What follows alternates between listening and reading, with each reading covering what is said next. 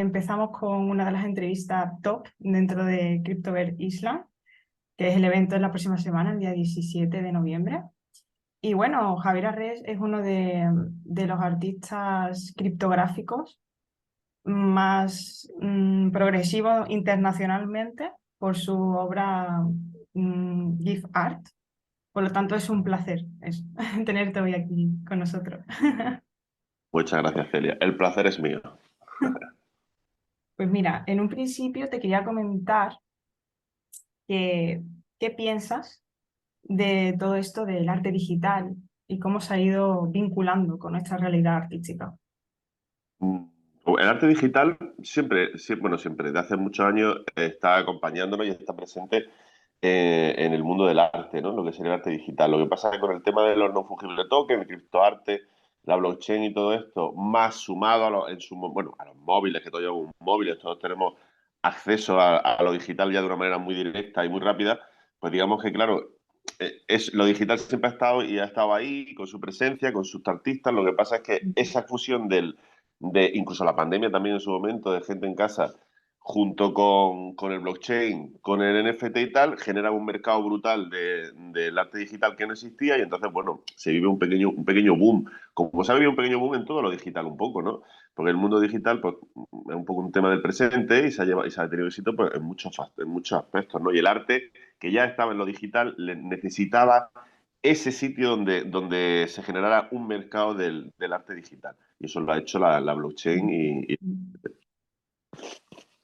Sí, además, a la hora de haber estado estudiando tu obra artística, pues sobre todo he visto que ese cambio del sistema blockchain y los NFT estabas en el momento justo, o sea, justo en sí, el momento sí, eso impresionante. sí.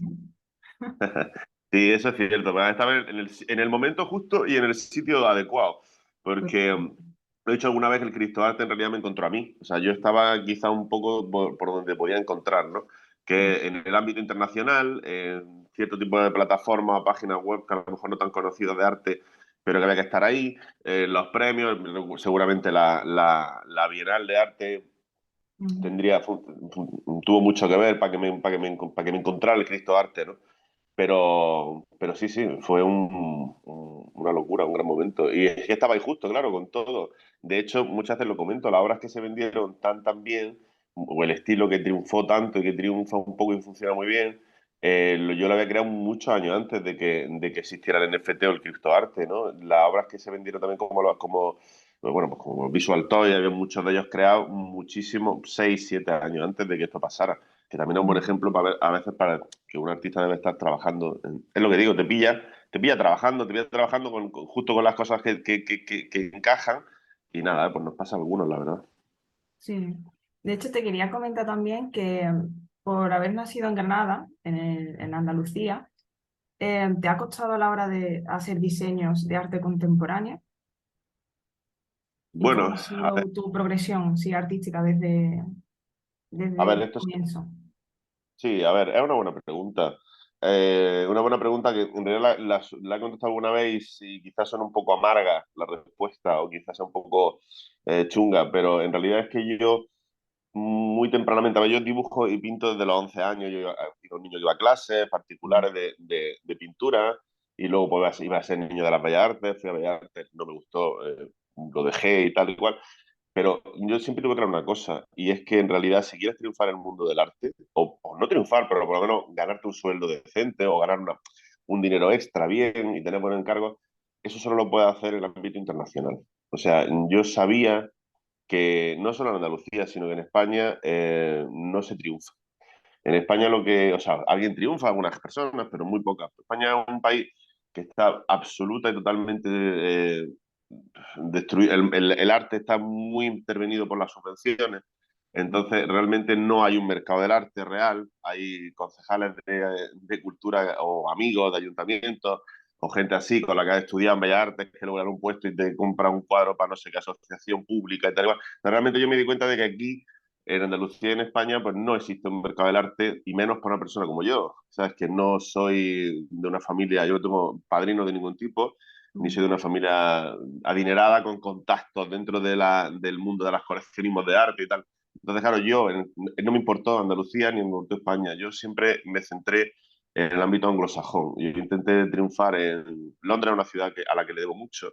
Yo en Londres he ganado 2 premios, la Bienal de Arte de Londres y el Creative Illustration People Choice Award. Lo gané allí también, que fui a recogerlo. Y la galería con la que trabajé estaba en Londres. Una de las agencias de ilustración, una internacional con la que trabajé, que es muy difícil entrar, una era norteamericana y la otra era de Londres. Entonces, claro, yo siempre me enfoqué sobre todo en Londres y sobre todo en el ámbito anglosajón. No me importaba, nunca me interesó ni hice ningún esfuerzo porque nadie en España realmente, alguno puntual, pero nada para intentar triunfar aquí, porque de hecho es que realmente es un poco una pérdida de tiempo. No hay dinero tampoco, o sea, el arte es un mercado de lujo. Entonces, tú tienes que ir donde las personas, a sociedades más ricas. España es una sociedad que decae, ¿no? Que va un poco hacia la pobreza. Entonces, sociedades más ricas porque el arte, ahí tenemos Venecia. O sea, Venecia no era así porque la gente era pobre en Venecia. O sea, no estaba Da Vinci allí en Venecia porque era pobre. Al revés, era porque era un sitio bollante de mercado libre, de mercado, de compraventa, de dinero, ¿no? Como puede ser Hong Kong en su momento, como fue Sevilla hace muchos años, de la Sevilla de Murillo, que era una Sevilla bollante de dinero o de movimiento, ¿no? Entonces, pues creo que hice bien en ir a esos sitios, donde también esas sociedades, que es importante, aquí no ocurre tanto, si ven una persona que tiene un cierto talento, ellos dicen, vale, vamos a ganar dinero nosotros y él. O sea, vamos a trabajar, o sea, digamos que hay una apuesta por ese tipo de cosas. ¿En España alguien lo ha hecho? Pues sí, seguro. Pero por eso no me... ¿Qué Andalucía, arte contemporáneo? Me da igual, es que no se lo enseñé aquí, no intenté nada aquí.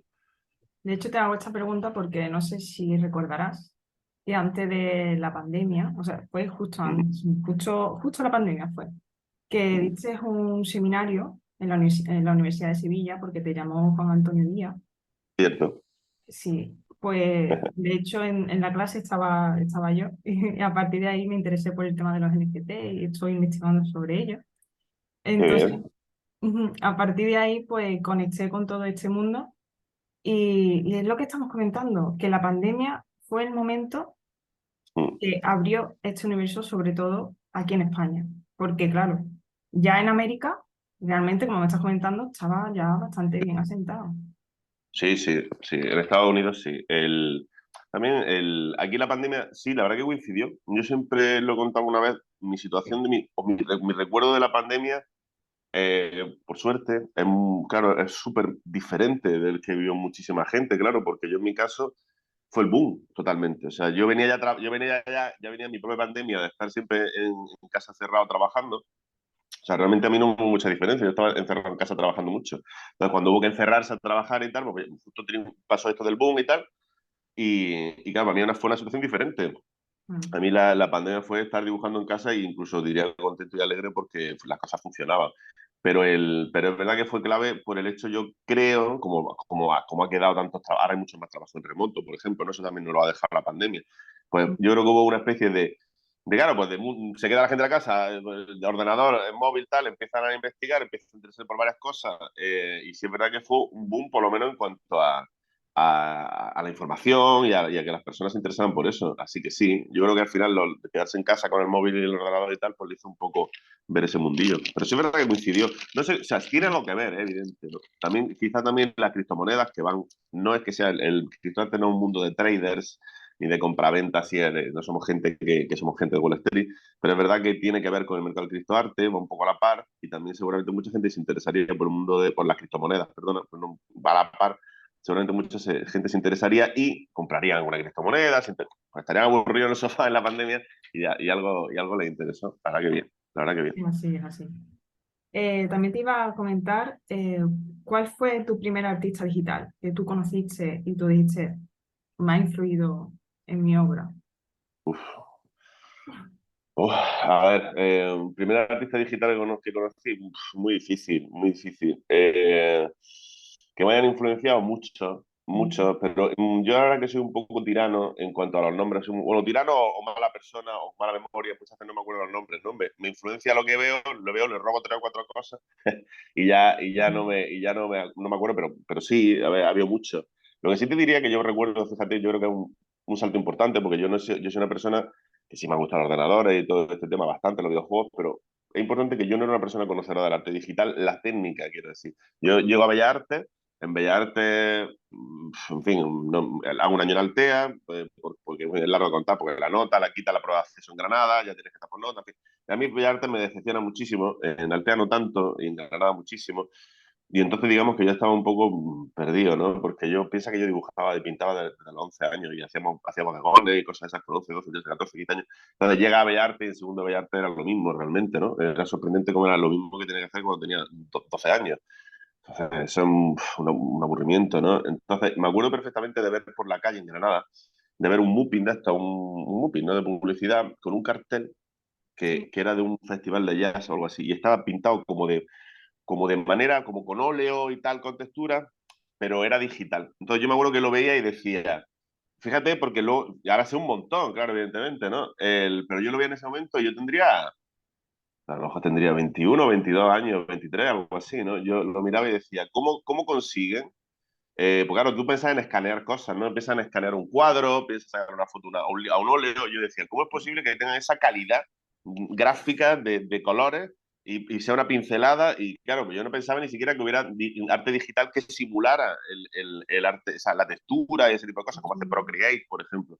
Entonces, digamos que de ahí me vino un poco el interés, porque yo llegué tarde. Yo cuando estudié diseño gráfico y producción multimedia, yo era uno de los más mayores de la escuela. La gente tenía a lo mejor que yo, había dejado Bellas Artes. No, pero fíjate, al final, ¿no? Sabes mejor lo que quieres también realmente. Yo me dejaba ya arte y me metí ahí y yo me acuerdo que había chavales de 19, chavalas de 19 años, yo teníamos 26 o 25, algo así, y era increíble lo que sabía, ¿no? Yo me puse rápido. Pero que bueno, artistas que influyen. Es que a mí, por ejemplo, el arte clásico, aunque no sean, ¿cómo te diría? Pues, aunque no sean tanto, a mí me influye Goya. Quiero decir, a lo mejor no es un artista digital y además no lo ve en mi obra, pero a mí me influye porque lo veo y me da ganas de trabajar o cojo aquella cosa, en fin, cosas de ese tipo. Te digo Goya, te digo Murillo, quiero decir, me gusta todo. Claro. Y bueno, y dentro de toda esa inspiración que has tenido a lo largo de tu vida, ¿no? A la hora de crear tu propia obra y definirla, ¿cuál dirías tú que es la esencia artística de tus creaciones actuales del arte criptográfico? Mm. Mis creaciones, pues la esencia que sería de los visual toys o también de la tinta que hago, yo diría que, sinceramente, la esencia creo que, y la gente creo que la siente un poco, y es que mi trabajo es honesto en cuanto a que yo pongo mucho de lo que a mí me gusta y lo combino todo en una especie de batiburrillo en el que me importa un carajo realmente las cosas que encajen o no, yo las hago encajar. Entonces diría que en mi trabajo la esencia viene pues de un chaval fascinado con el cine de ciencia ficción, con las series de ciencia ficción, con los videojuegos y con la arquitectura también, porque la arquitectura es algo que personalmente me gusta muchísimo. Eh, y entonces yo diría que la esencia es un poco una combinación de todas esas cosas que me gustan, videojuegos como Roller Coaster Tycoon, que eran al que jugué mucho, que eran montañas rusas, hacer montañas rusas en parques temáticos, el Sin City, que es construir ciudades, ¿no? Al final quiero construir mi propia ciudad, mi propio barrio, mi propio edificio mezclado con no sé qué.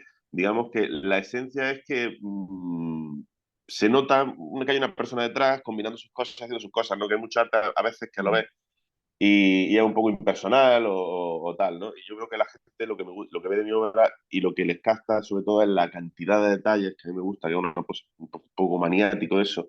A mí me gusta mucho que la gente se entretenga mucho un rato mirando, que haga un pase, que mire por allí, que mire por allá, que se quede por allí. El efecto hipnotizante de mi obra, el hecho de la animación hipnotizante, que son un bucle infinito, que no se sabe bien para qué son. Entonces yo diría que, bueno, en esencia, pues bueno, he dicho muchas cosas, ¿no? Pero diría que bueno, una locura, una sana locura, ¿no? O sea, una especie de decir, mira, qué locura aquí y nos gusta.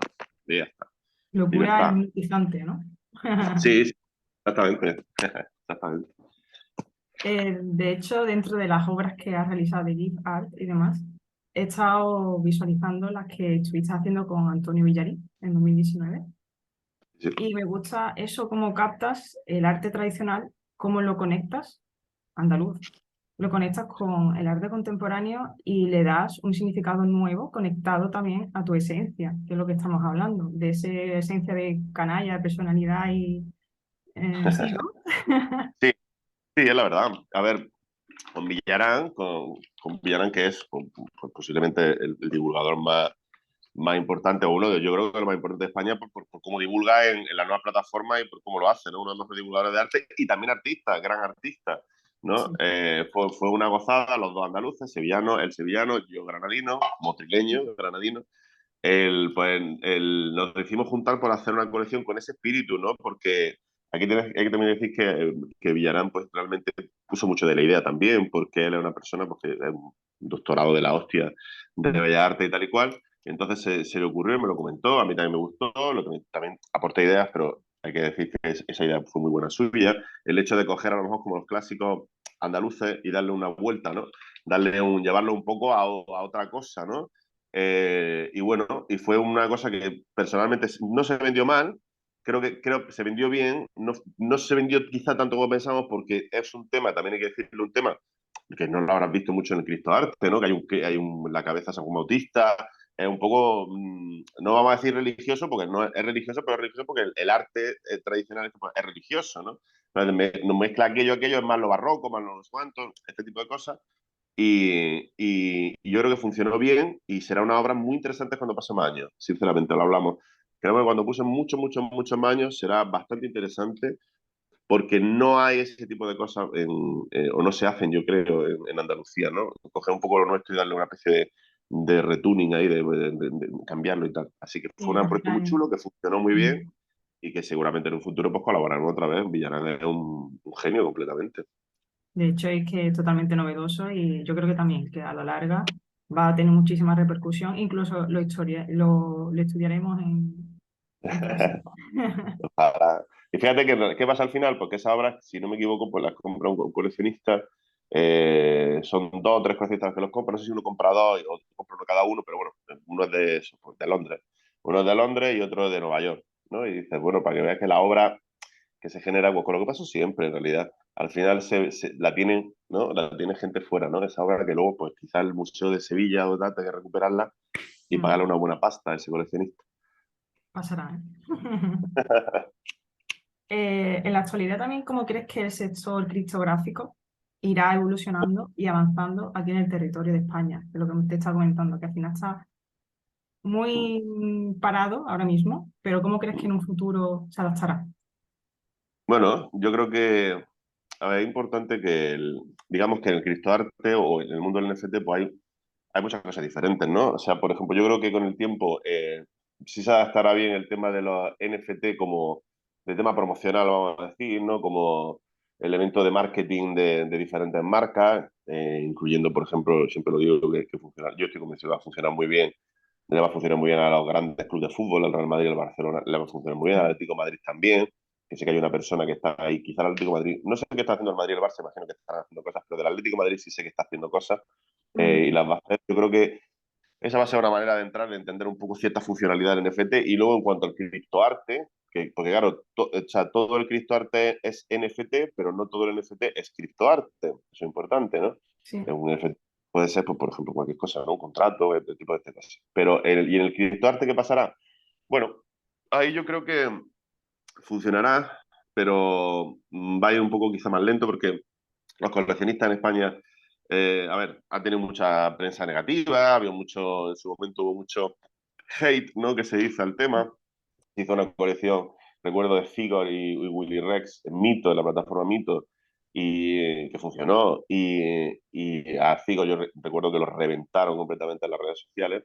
Y dices, joder, son gente haciendo arte, ¿sabes? Y nadie está obligado a comprar, quiero decir. Bueno, reventaron vivo a él y a Willy Rex, lo revientan muchísimo con este tema. Entonces yo creo que será, con el tiempo se irá entendiendo que simplemente es arte, de arte digital, que lo compra que quiere, que nadie está obligado, que tiene su lógica, que la persona que quiere comprar un coleccionista compre la verdad. Entonces irá entrando un poco en ese tema y quizás surjan nuevos coleccionistas y tal. Pasa que sí es verdad que es importante que entender que el arte, porque los NFT con utilidad y tal, pues bueno, eso tendrá sus utilidades, funcionará de muchas maneras. Pero lo que viene siendo el criptoarte, que no es más que un mercado del arte digital, que no es más que el mercado del arte de toda la vida, que es arte.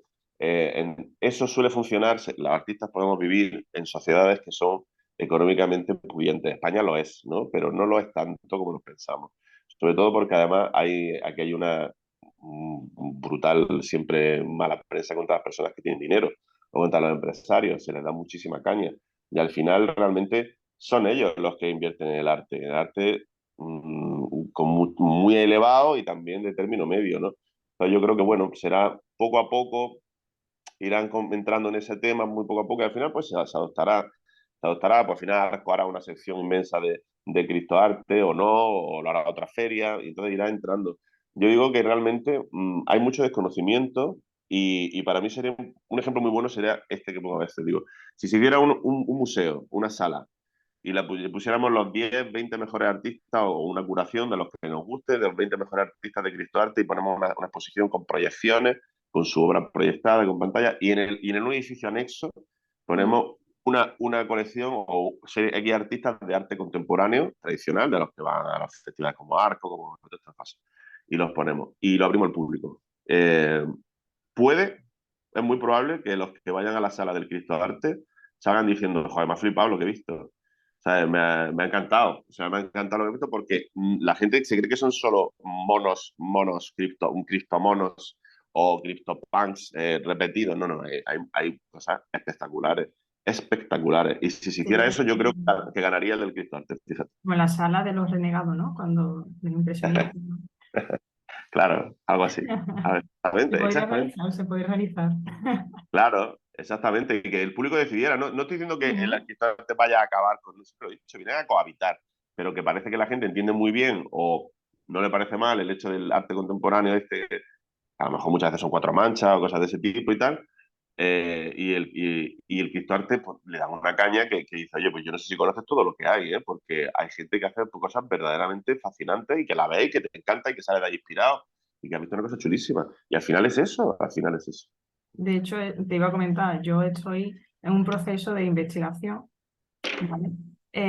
Con el tema del arte criptográfico. Yo estoy centrada en eso ahora, en Ajá. esclarecer qué es el arte criptográfico e introduciendo a vosotros dentro de ese movimiento artístico que ya ha surgido. Qué Entonces, guay. ahí voy intentando poquito a poco a ver si eso, a ver si la gente se va adaptando un poco a esta realidad. Y al final, el público en general simplemente pues tiene que verlo y juzgarlo como quiera. Hay cosas que le gustará y cosas que no. Los coleccionistas, pues bueno, pues algunos compran otros, pero que no es tan... Al final es arte. Quiero decir, ya existía el arte digital. Quiero decir, no es una cosa que sea una cosa absurda, que sea que no. Es arte digital que se puede vender gracias a una certificación. Y todos los que estábamos en el arte digital, que estábamos haciendo cosas, gente buenísima, pues han encontrado su sitio en el que pueden comprar, pueden vender su obra. Nada más, no tiene más historia. Es igual que el mercado del arte tradicional, funciona igual. Funciona igual. Y bueno, encontrándonos de nuevo en la línea de tus obras artísticas, a la hora de realizar tú el boceto, llevándolo a digitalización y también creo que le introduces animación, ¿cómo Sí. serías todo ese proceso y cuánto tardarías, por ejemplo, en generar una obra? Pues mira, yo eh, realmente no aboceto tanto. Yo he trabajado muchos años de profesional como ilustrador con agencias de ilustración internacional, estudio en Madrid. Entonces, digamos que al final, cuando llevas muchos años de profesional, o en mi caso, los bocetos, por supuesto, que son súper necesarios y si el problema es que si tienes tiempo para hacerlo. Tienes tiempo para desarrollar, hacer muchos bocetos, da igual. Y el mundo real, o el mundo real que yo he tenido que ganar en la vida, el tiempo es siempre escaso. Entonces, realmente yo el boceto lo hago en la cabeza. Yo pienso más o menos en el tema de los visual toys, que son mi obra animada. Yo lo que pienso es, dependiendo del tema, pienso en la animación principal, la pienso en la cabeza, duchándome o lo que sea. Me gusta estar pensando ahí. Entonces, tengo la idea principal, que es una animación principal, ¿no? Digamos que es el protagonista, el main character de la obra, y a partir de ahí pienso un par de cosas y ya me pongo en el ordenador directamente a dibujar con la tableta, ¿no? Que al final es dibujo igual, entonces ya me muevo directamente y empiezo ahí, digamos que es el proceso. La obra surge durante el proceso, voy añadiéndole cosas, más o menos se me ocurre una, pero las mejores cosas ocurren sobre el proceso, en fin, y se va haciendo la animación es frame a frame, una animación, el 90% es manual, es una animación tradicional, y entonces al final lo hago el dibujo y tal, lo hago en Photoshop, lo monto en After Effects y dependiendo de la complejidad de la obra, que pues yo es una obra es compleja, la verdad, y por ejemplo una obra de nivel complejo elevado, como podría ser la de Thelonious, la que hice para Thelonious Monk, la leyenda del jazz, pues esa por ejemplo son 3 semanas, fácil. Son 3 semanas con bastantes horas, ¿eh? Y que a lo mejor solo un día libre a la semana. Entonces, eso lleva mucho. Digamos, y además el dibujo es el 90%. O sea, yo todo lo que es, porque todo es dibujado, las animaciones también. Entonces, el dibujo, digamos que son el 90% y la animación lo suelo animar en un día. O sea, son 3 semanas, pues solo un día es para montar toda la animación. Y el resto es crear todo, todo, todo, todo. Hago como hacen los cocineros de la tele, que tienen todos los ingredientes preparados perfectamente, ordenados, y cuando tienen todo dicen, venga, ahora, pum, pum, pum, pum, pum, pum. Pues digamos que el 90% es preparar todo dibujando y luego un día se monta todo. Me montó todo. Súper interesante, explicado así. Lo ves con otros ojos, la verdad. Y quería también comentarte que, bueno, con tu obra artística y toda la que venga después, porque vendrá bastante, ¿qué huella quisieras dejar con tu arte digital o arte criptográfico? Mira, me gustaría dejar, la huella que me gustaría dejar es una huella imaginativa. Algo así como, mira, mi obra no es política, me han hecho encargos o me han sufrido encargos de tipo político o de tipo de cosas mainstream, de temas tal. Solo he tocado uno que ha sido que la última que he hecho, que es una lata de tomate que automáticamente se lanza a los girasoles de Van Gogh. Esa la publiqué hace un par de semanas, se vendió en subasta bastante bien. Pero yo no me meto en eso, no me gusta. Además, hoy en día la sociedad está hiper mega giga politizada y es agotador. Entonces, yo lo que quiero dejar en mi obra es fantasía. Quiero que la gente vea mi obra eh, y se divierta. Y por eso lo llamo Visual Toys. Lo llamo Visual Toys porque realmente creo o intento generar un juego. Un niño lo que hace cuando juega es que proyecta cosas, ¿no? O sea, por eso juega con una caja y la caja a lo mejor un palacio. Es decir, o un robot o un personajito es, aunque sea un muñeco fuerte, a lo mejor por cuerpo es un alienígena. Es decir, ellos proyectan, juegan y proyectan cosas. Entonces, lo que yo intento hacer con mi obra es crear esa especie de juguete visual, fantasía, que la gente cuando lo ve le da sentido, porque realmente muchos no tienen un objeto de por sí, es una locura ahí, un edificio con una hamburguesa, con no sé, con una montaña rusa. Entonces, cuando escucha al espectador, que tiene la ocasión de escucharlo muchas veces, lo que dice de mi obra, yo creo que ese es el legado que yo dejo. Es que realmente todo el mundo dice cosas diferentes y proyecta su fantasía. Niños o personas mayores se quedan mirándolo, se hipnotizan un poco, que me gusta, viajan un poco y dicen, oye, pues esto servirá para esto, o mira, esto no sé qué, o yo viviría aquí, dicen cualquier cosa. Entonces, y eso está chulísimo. Y entonces yo creo que ese es el legado que me gustaría dejar, que las personas del futuro, quien sea, vean mi obra y tengan un pequeño viaje mental de fantasía, imaginativo ¿cómo se dice? Que se inspiren, ¿no? Si son artistas, porque se hagan de una posición inspirados y dicen, ah, qué montón de cosas chulas he visto, pues yo también quiero dibujar, pues yo también quiero hacer cosas. Al final yo creo que ese es el objetivo, un viaje imaginativo. Yo creo que te vas a quedar como el Bosco contemporáneo. No sé. Joder. Muchas gracias. Hombre, me flipa el Bosco, totalmente, totalmente. Yo encantado. Vamos, me ha subido la moral muchísimo con eso. Por ese carácter, sí, hipnotizante a la hora de ver cada detalle y al final te pones a pensar Al final haces y lo te que... pasa exactamente igual. A mí por lo menos me pasa igual. Ah, qué guay, pues objetivo cumplido, objetivo cumplido. Pues nada, pues muchísimas gracias por estar hoy aquí conmigo. A ver si nos vemos el próximo jueves.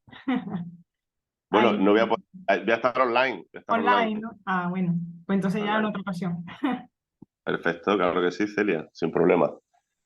Y nada, seguimos en contacto y un placer, de verdad.